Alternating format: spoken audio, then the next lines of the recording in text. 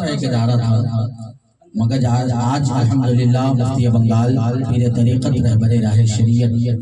حضرت علامہ مفتی الشاہ محمد رحمت علی قادری تیغی مصباحی صاحب اللہ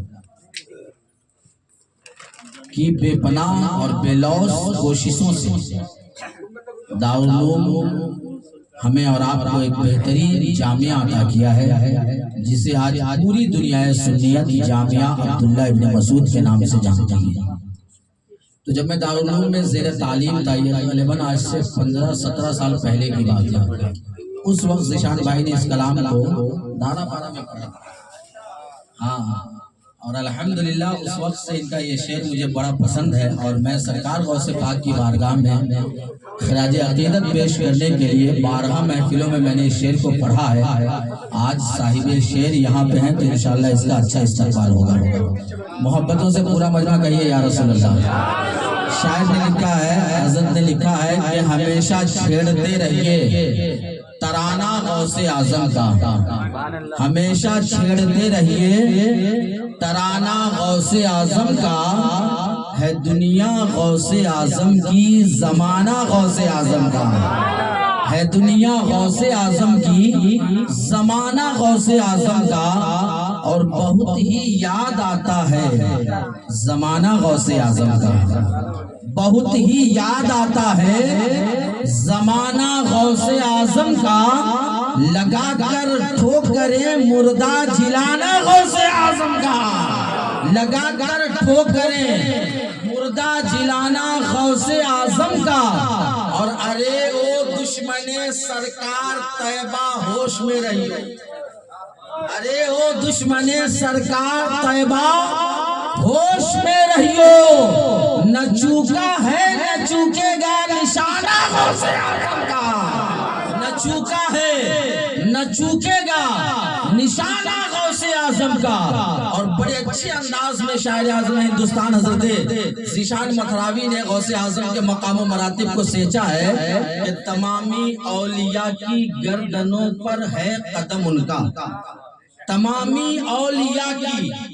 گردنوں پر ہے قدم ان کا،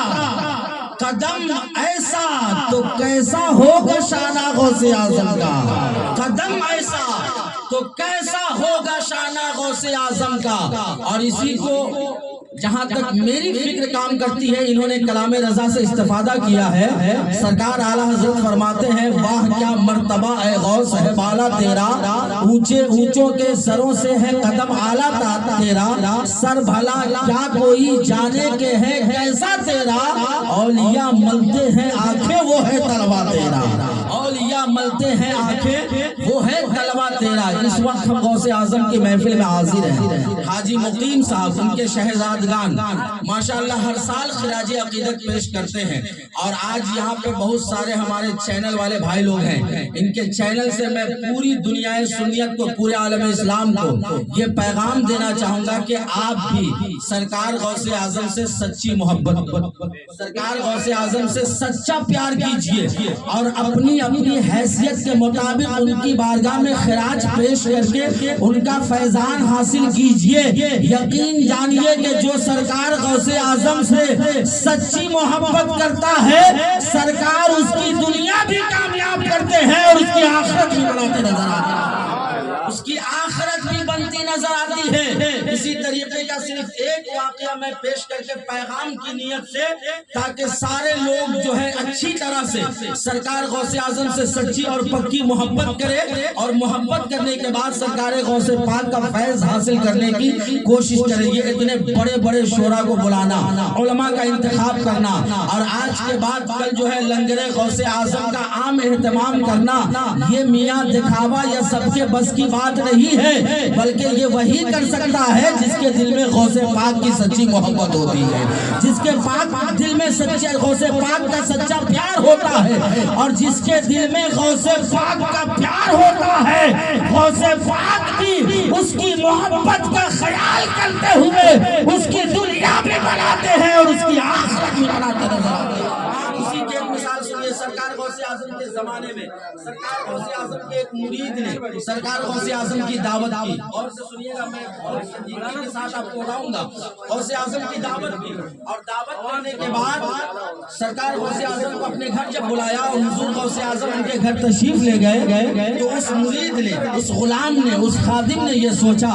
کہ میں تو سرکار غوث اعظم سے محبت کرتا ہی ہوں, اور کبھی خانقاہوں میں, کبھی مجلسوں میں, کبھی راستوں میں, کبھی سفر میں, کبھی حجر میں سرکار غوث پاک کی خدمت کرتا ہوں, مگر آج جب اتفاق سے, آج جب مقدر سے سرکار غوث اعظم میرے گھر تشریف لائے ہیں تو کیوں نہ میں اپنے ساتھ ساتھ اہل خانہ کو بھی سرکار غوث پاک کی خدمت کا موقع دے دوں, سرکار غوث پاک کا فیض دلا دوں. اس لیے اس صاحب خانہ نے سرکار غوث پاک کو جب اپنے یہاں بلایا اور کھانے پہ بیٹھایا تو کھانے سے پہلے سرکار غوث اعظم نے فرمایا, بیٹا مجھے ہاتھ دھونا ہے, چونکہ یہ ہاتھ دھونا میرے نبی کی سنت ہے, میرے نبی کا طریقہ ہے. غوث پاک نے یہ بھی پیغام دیا کہ کھانا کھانے سے پہلے ہاتھ دھو لو, چونکہ یہ میرے نبی کی سنت ہے, میرے نانا کی سنت ہے. جو ہی سرکار نے فرمایا بیٹا ہاتھ دھونا ہے تو اس شخص نے سوچا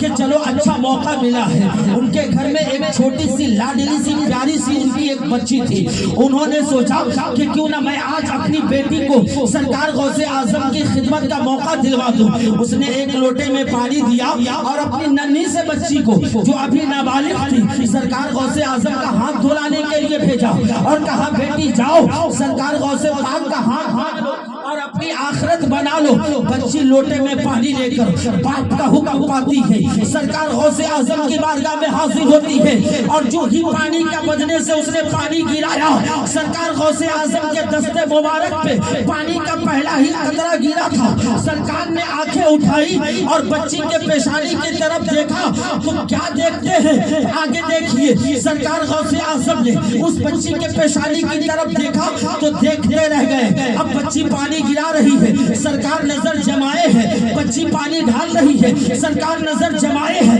ہاں دستور یہ ہے, طریقہ یہ ہے, معمول یہ ہے کہ مختصر سے آدھے گلاس پانی پہ آدمی ہاتھ دھو لیتا ہے اور فراغت حاصل کر لیتا ہے. مگر سرکار غوث اعظم کے بارے میں کتابوں میں لکھا ہے کہ بچی نے پورے لوٹے کا پانی انڈیل دیا, مگر سرکار ہاتھ بڑھائے ہیں تو بڑھائے ہیں, بچی کے پیشانی پہ نظر جمائے ہیں تو جمائے ہیں. سارا مجمع جو مریدین غلام وہاں پہ حاضر تھے دیکھ رہے تھے, مگر ہمت کسی کی نہیں, جرأت کسی کی نہیں, مجال کسی کی نہیں جو سرکار سے پوچھے. آخر میں کافی دیر کے بعد سرکار غوث اعظم فرماتے گئے الحمدللہ مولا تیرا شکر ہے تو نے عبد القادر کی لاج بچا لی.